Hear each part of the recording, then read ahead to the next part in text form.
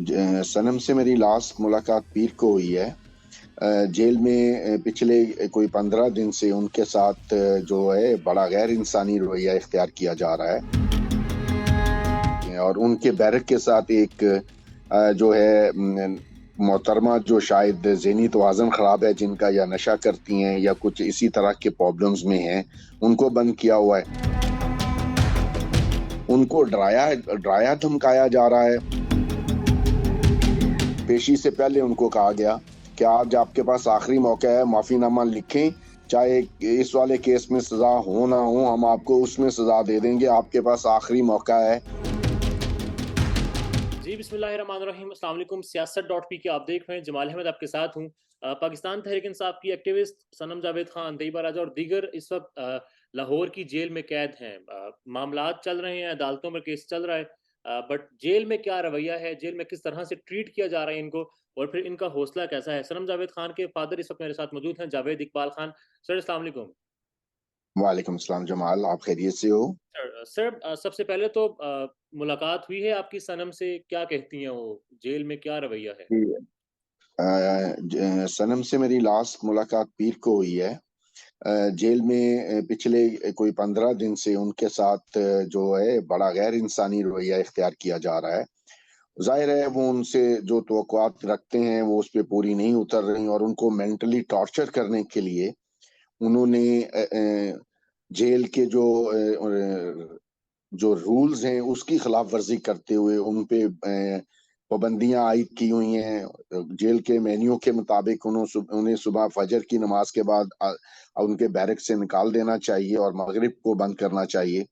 वो उन्हें सुबह लेट आवर में निकालते हैं और फिर जब दोपहर को खाने का वक्त होता है 1 बजे, उस वक्त फिर बंद कर देते हैं और 4 बजे तक बंद रखते हैं, फिर खोलते हैं और 6 बजे दोबारा बंद कर देते हैं। और उनके बैरक के साथ एक जो है मोहतरमा जो शायद ज़हनी तवाज़ुन ख़राब है, जिनका या नशा करती हैं या कुछ इसी तरह के प्रॉब्लम्स में हैं, उनको बंद किया हुआ है। और वो सारा दिन सोती रहती हैं और रात को मगरिब के बाद वो उठ जाती हैं और बहुत शोर करती हैं और सारी जो जितनी लेडी प्रिजनर्स हैं पीटीआई वाली, उनकी वजह से शदीद प्रॉब्लम में है। और कहते क्या हैं वो, इत्तलात ये भी हैं कि कुछ पैगाम पहुँचाया गया है? जी, जब लास्ट मीटिंग हुई है सारी, उनको डराया धमकाया जा रहा है। पहले तो उनको ये पैगाम दिया गया कि जी आप इमीडिएटली पीटीआई को छोड़ें, वरना जो हमने सोशल मीडिया एक्ट, जो हमारी मुअज़्ज़ज़ पार्लियामेंट जो एक दिन में 2 दिन में 53 बुनियादी इंसानी हकूक के खिलाफ करारदादें तारामीम जो हैं आइन में मंजूर करती हैं, उनसे हमने एक तरमीम करवा ली है, जो जिसके बाद अब आप चाहे इस वाले केस में सजा हो ना हो, हम आपको उसमें सजा दे देंगे, आपके पास आखिरी मौका है। पेशी से पहले उनको कहा गया कि आज आपके पास आखिरी मौका है, माफीनामा लिखें, वरना हम आपके खिलाफ उस वाले एक्ट, सोशल मीडिया एक्ट के तहत भी कार्रवाई करेंगे और आपको अब बाहर नहीं आने देंगे। या ये इस तरह की और उनको इसी तरह की डरा धमका रहे हैं। सनम के खामंद को इन्होंने पिछले कोई 7-8 दिन पहले उसको भी अरेस्ट कर लिया है 90 दिन के बाद।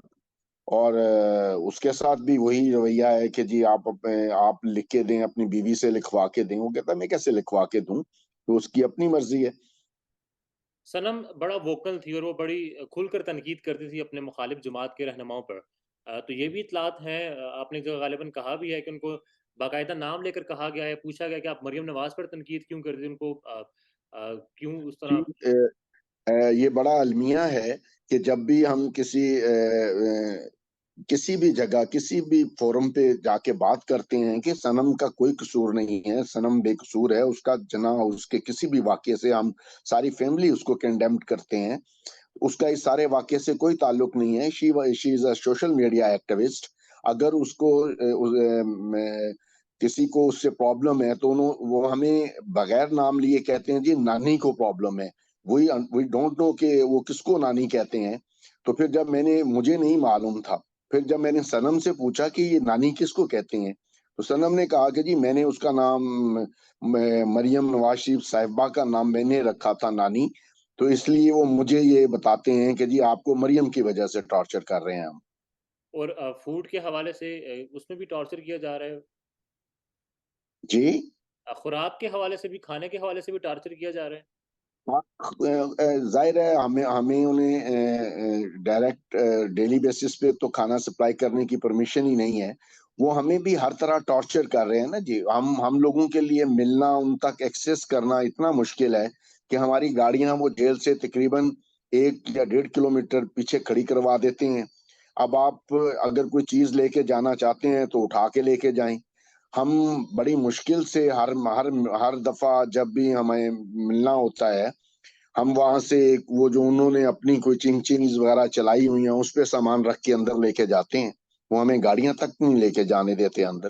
سارے پی ٹی آئی والوں کو اسپیشلی، جیسے ان کو اندر تکلیف دے رہے ہیں، اسی طرح وہ ہمیں بھی خراب کر رہے ہیں تاکہ ہم اپنے بچوں کو پریشرائز کریں کہ چھوڑیں، آپ جان چھڑوائیں ان سے. رائٹ. جو آپ نے بھی سارا بتایا، یہ رویہ ہے جو جیل میں کیا جا رہا ہے ان کے ساتھ. صنم کا مرال کیسا ہے؟ وہ کیا کہتی ہیں؟ ڈٹی رہیں گی اپنی بات پر جو وہ کہتی ہیں؟ میں اس پہ کسی آدمی کو کوئی شک نہیں ہونا چاہیے کہ صنم کسی بلیک میلنگ یا پریشر کے اوپر اپنے نظریات تبدیل نہیں کرے گی. دیکھیں، میں ان بچوں کو قصوروار سمجھتا ہی نہیں ہوں. میں صنم کو یا اس جیسی جو باقی جنریشن ہے، ینگ جنریشن ہے، اس کو قصوروار نہیں سمجھتا. ان کو پچھلے 14 سال میں یہ ایڈیالوجی جو ہے برین واش کر کے میرے ملک کے جو سپیریئر ادارے ہیں اور میرے ملک کی جو سپیریئر کورٹس ہیں، انہوں نے فیڈ کیا ہے کہ جی عمران خان صاحب بہت اچھے آدمی ہیں، باقی سارے جو ہیں وہ سیولین جو ہیں وہ گدھے ہیں لیڈر. تو اس لیے اب وہ کہتے ہیں کہ جی ہم نے تو جو ہمارے بڑے تھے ان کے کہنے پہ یقین کر لیا. وہ پہلے آ کے خود ایڈمٹ کریں کہ انہوں نے غلط کیا تو پھر میں سوچوں گی کہ میں نے کیا کرنا. رائٹ. اور پی ٹی آئی والوں نے کس نے رابطہ کیا؟ کیس ظاہر عدالت میں ہے، مالی معاونت ہو، قانونی معاونت ہو، فراہم کر رہے ہیں؟ نہیں، مجھے میرے ساتھ پی ٹی آئی کے نہ مجھے ضرورت ہے. میرے پہ اللہ کا بہت کرم ہے. مجھے اپنی بیٹی کے سلسلے میں کوئی پرابلم نہیں ہے. میں بلکہ باقی جو وہاں پہ اسیر خواتین ہیں ان کو بھی جس حد تک میرے سے ممکن ہوتا ہے میں ان کو بھی فیسلٹیٹ کرتا ہوں. پی ٹی آئی کی طرف سے شاید فرق حبیب صاحب کا ٹیلی فون آیا تھا میری مسز کو، اور انہوں نے کہا کہ عمران خان صاحب اس حوالے سے پوچھ رہے تھے.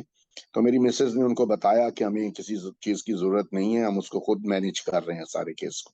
سر جاوید صاحب، thank you so very much sir.